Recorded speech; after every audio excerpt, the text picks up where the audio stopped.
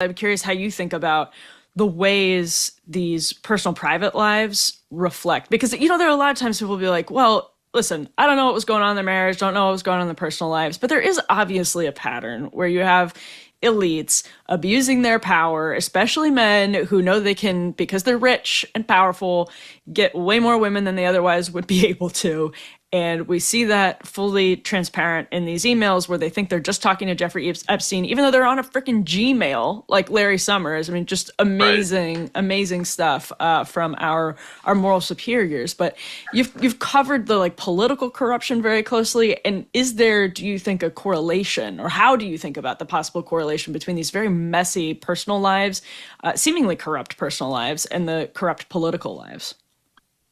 Yeah, it's interesting. I've definitely noticed in the last 8 years in the kind of post-Trump era that there's increasingly an assumption among voters on both sides of the aisle that people don't tend to rise in politics unless they're compromised in some way, right?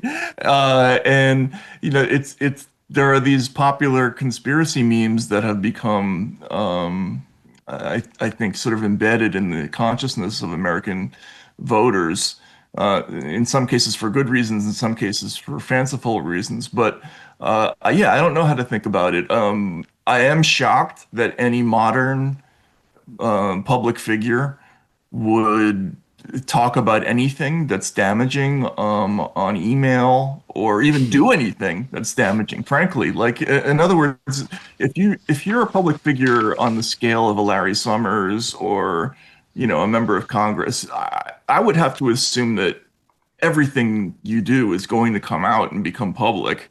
Mm-hmm. And finding out that that's not the case, even that is extremely interesting because it speaks to the arrogance of these people, right? They obviously assume that they would be able to get away with misbehavior or things that look like misbehavior without any consequence. So that's already interesting. It's just a question of finding out exactly what it is we're dealing with. Like, is it? I mean, are these relationships coerced, right? Is there a thing where there's a quid pro quo going on where that's known, or is it just sleazy guys hanging out with sleazy guys? I don't know how that works. I honestly don't.